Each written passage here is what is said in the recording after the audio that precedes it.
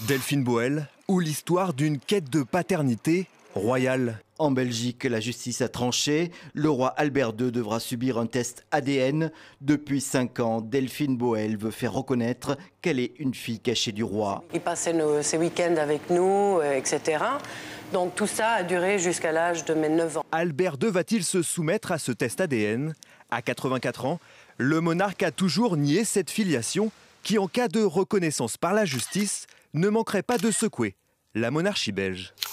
La ville suisse de Moutier restera pour le moment dans le canton de Berne. Le vote en faveur du rattachement au canton du Jura, qui s'est tenu l'année dernière, est annulé par la préfecture. Nous ne sommes plus dans un état de droit.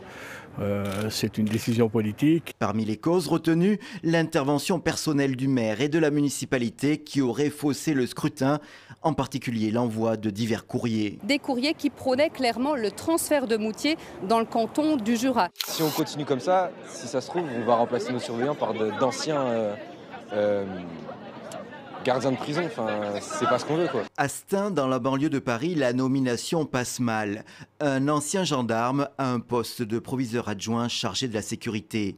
Ce lundi, les enseignants sont donc en grève. Police partout, école nulle part. Il a de l'expérience dans ses fonctions antérieures, des questions de sécurité, il a une expérience en matière de protection. Par cette mesure, l'Éducation nationale veut répondre à une série d'incidents violents aux abords et à l'intérieur de l'établissement. Des membres des communautés religieuses juives, musulmanes, catholiques et anglicanes.